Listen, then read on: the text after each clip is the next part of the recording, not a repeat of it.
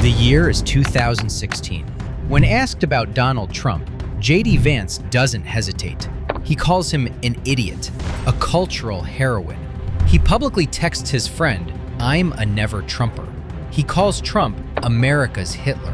In 2016, you called your running mate Donald Trump unfit for the nation's highest office, and you said he could be America's Hitler. Now, fast forward 8 years. The same man stands on a stage in Milwaukee, hand raised, accepting the nomination for vice president, the running mate of the very man he called Hitler. So what happened? Was this the greatest political conversion in American history? Or did we just witness the most ruthless, calculated con America has ever seen? To understand this con, you have to look past the puppet. You must see the puppet master, a man who funds a private, global AI surveillance empire. The most invasive spy technology in history is no longer just contracting for the government. It is becoming the government. And JD Vance is the interface. Because the weapon in this war goes beyond nuclear bombs. We are dealing with superintelligence. The winner of this war will not just lead a country, they will code the future. Back in 2016, Vance was the media's darling. They called him the translator, a Yale law graduate and Marine who could explain the forgotten man to the coastal elites. He had a flawless origin story, Hillbilly Elegy, a heartbreaking memoir of escaping poverty and addiction in the Rust Belt. But that version of Vance had to die, because the most important part of his story isn't in his book. It is what happened after Yale. He moved to San Francisco, he became a venture capitalist, and he found a mentor, billionaire Peter Thiel. Thiel is not just the co-founder of PayPal, he is the co-founder of Palantir, a company that operates in the shadows. Palantir builds the digital weapons for the CIA, the NSA, and the Pentagon. It isn't just data entry, it is precognition. In Afghanistan, Marines used Palantir to predict where insurgents placed IEDs before they ever stepped on them. Thiel is not interested in saving American democracy. He famously wrote that freedom and democracy are incompatible. He looks at the gridlock in Washington and sees a bug in the code. He doesn't want to fix the system. He wants to crash it and reboot it as a corporate monarchy, run by a CEO, king. And he needed an heir to the throne. You want to always avoid competition, and so hence competition is for losers. So when JD Vance left Yale, he was adopted by the kingpin of geopolitical AI. He was being shaped.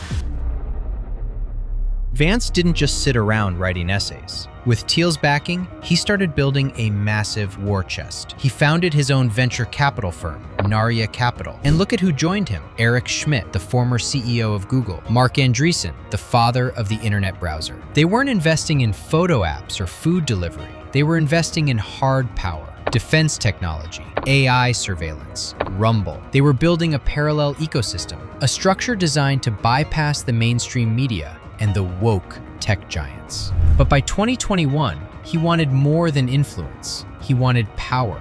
He wanted a Senate seat in Ohio. But he had a 2016-sized problem. His America's Hitler comments were political poison. The never-Trumper couldn't win. And so, Vance set his previous comments on fire. Because I've always been open. And sometimes, of course, I've disagreed with the president, but I've also been extremely open about the fact that I was wrong about Donald Trump. He began a humiliating apology tour. He begged for forgiveness. I was wrong about Donald Trump. He was the best president of my lifetime. He crawled.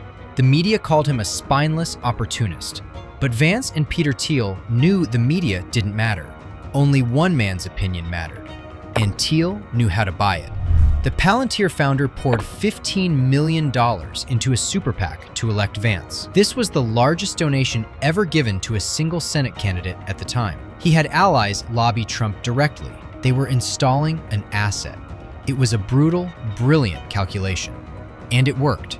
Trump endorsed him. Vance won. He had proven his loyalty. And in the new Republican Party, loyalty is everything.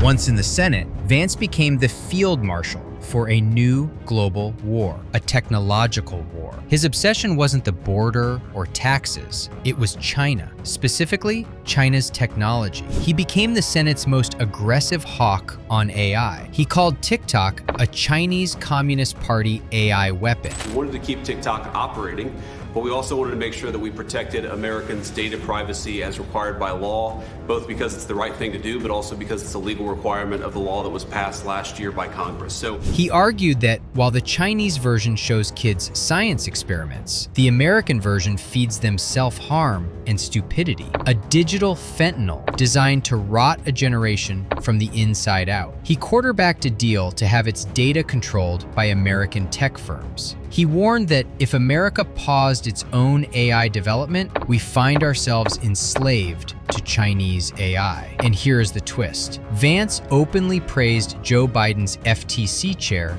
Lina Khan, the woman trying to break up Google and Apple. Why would a Republican support a Biden regulator? Because Vance believes the current big tech giants, Google, Apple, Meta, are too woke. He views them as enemies of the state who censor conservative voices. He wants to shatter them, not to create a free market, but to clear the board for his team, for the defense tech startups, for the crypto bros, for the Thiel network. This was the doctrine of Palantir, smuggled directly onto the floor of the US Senate.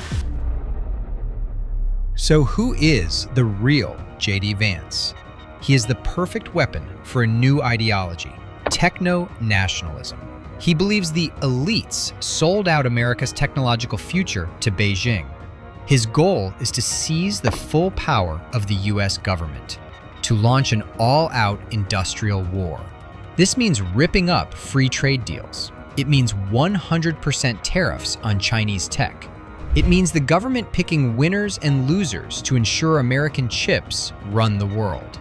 But there is a darker layer.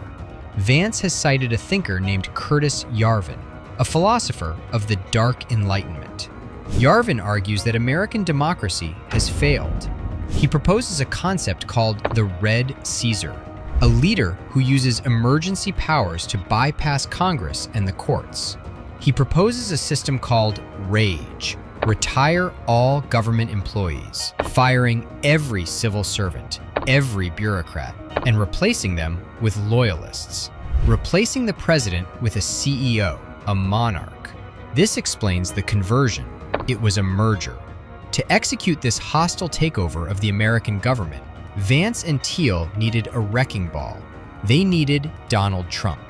Vance isn't just a follower. He is the brain to Trump's muscle, the strategist who plans to take the chaotic energy of MAGA and forge it into a disciplined, permanent technological state.